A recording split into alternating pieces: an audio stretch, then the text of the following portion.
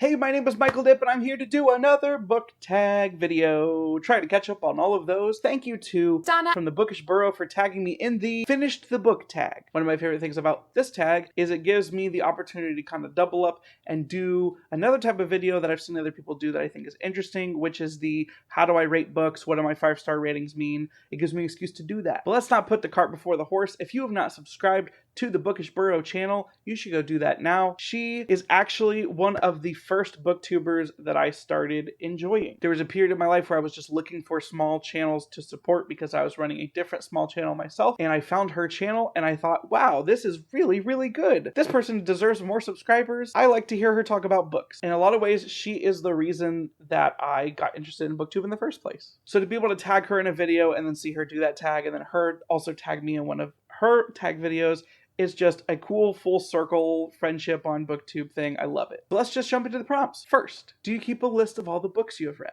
Yes, in 2 places. I made a video that was part of a tag called the Dilemmas of a Book Nerd tag. I am a nerd in the fact that I keep spreadsheets for almost everything in my life. Every album that I listen to, usually the number of times I listen to a new album that is an album of the current year. Books I read, my TBRs, my wish list, the video games that I play, the movies that I watch, all of the things in my life that I like to do, especially for pleasure, and even a lot of the things that I do for like responsibilities in my life are kept in spreadsheets. So yes, I have bookish spreadsheets. I also keep everything on Goodreads, and I like that everyone else seems to kind of keep things on Goodreads. I think it's a really cool way to pull up a book and see what friends have read it and what they thought and what friends have TBR'd it and what they thought, and that's all awesome. That's also how I do it. 2, if you record stats, what do you record? I record the books that I put in my TBRs for the month. I record the books that I actually read in a month. I record the star ratings that I did. And then on Goodreads, I like to actually see the dates of when I read those books to kind of see how long some of them taken me, how long it took me to read some of them. And that's kind of it. I'd like to do more genre stuff, but right now I'm really heavy on fantasy, so it wouldn't actually be that interesting to look at, but we'll see. Maybe I'll do that in the future. 3, do you give star ratings to books? And if you do, how did you come about this score? So like, how do I rate the books the way that I rate books? Now, if you've seen my channel for very much time, you would know that I use the 5-star system, and I don't use half stars because half stars are for cowards. I love all of my friends that use half stars. It's just my own self-imposed restrictions. So what do the star ratings mean for me? 1, I hated this book, and in my life, listen, I'm hyperbolic in some of my things because I think it's funny. Please don't be offended. If I give a book 1 star, I think the world is better off without it. If I give a book a 1 star that you loved, that's fine. I don't have any problem with you personally, but I do have a problem with that book personally, not the author. The book. 1 star means I wish the world didn't have that book because I think it's that bad. 2 stars means I very, very, very much dislike the book, but it may have had a cool concept. Sometimes I actually get angrier if a book has a cool concept and then squanders it. But 2 stars means there's something kind of there, but I pretty much hated it. 3 stars. I enjoyed the book, but I may have had a lot of problems with it. I didn't love it. I may still recommend a 3-star book if I know what you're interested in, but it's not something that I can just like whole cloth recommend. It's not something I'm going to fanboy about. If you've seen any of my super positive reviews in the past, like my 2019 favorites or highlights videos, those videos are not going to get made about a 3-star book. I may talk about a 3-star book and talk about its positives, but my like glowing reviews are not going to happen with a 3-star book. But that being said, I can fully enjoy them and I can remember, they're not like forgettable. I remember 3-star books that I read in 2019 and I think about them positively. I may want to read more in the series. It's not that I hated it, it's that I didn't love it. 4 stars. A 4-star book is one that I usually love, but didn't wholeheartedly like fanboy out about. A lot of the videos that I started with on this channel that kind of helped me get my feet wet in reviewing were pretty much all reviews of like 4-star reviews. So if you kind of want to see how much I can like a 4-star book, you could look at my Recursion review, my Daisy Jones and the Six review, my Silent Patient review. Those were all 4-star reads for me. But 4-star books are ones that I love, but aren't necessarily going to become like my new favorites. They can impact me in a profound way, but aren't going to like be on my decade list probably. And then a 5-star read is, I love this book so much, I would recommend, I don't think I would ever recommend a 5-star read to just anyone. There's some books you're not going to recommend a fantasy book to someone that hates fantasy. So I'm not going to recommend The Way of Kings, even though it's my favorite book of all time. It's a 5-star book. I still recognize that that's not for everyone. But a 5-star read generally means that any problems that may exist within the book didn't bother me at all. I'm completely willing to overlook them.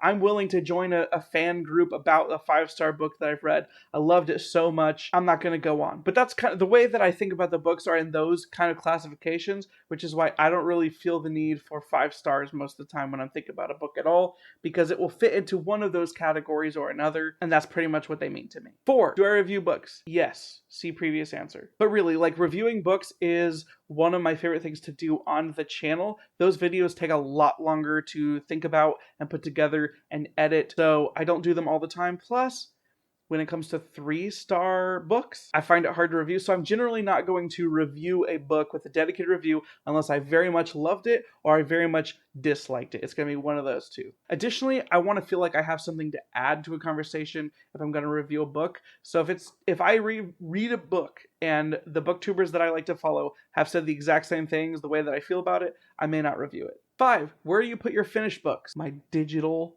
cartoon bookshelf. Most of the books that I get are digital to read with anyway, so 6, how do you pick your next book? Usually just based off my TBR for the month. How do I make my TBR for the month? I try to continue the series that I'm currently reading. I pick up any books that I'm getting a good vibe from my booktube buddies on Twitter and Instagram and YouTube, which I guess that's what booktube is. The other ones are booktwitter and bookstagram, whatever. My book friends, I like that term better because it's all encompassing. My book friends recommend a book, or if they're vibing about a book and I keep seeing it or hear a lot of good things that really click with me, I want to read that, so I'll add it on my TBR. Plus the big books of the year, especially as that starts to hit the mid-year thing, and that I'm going to start adding those books to my TBR as well. 9, do you have any other rituals when you finish a book? Yes. When I finish a book, I like to burn the book in effigy. This includes library books.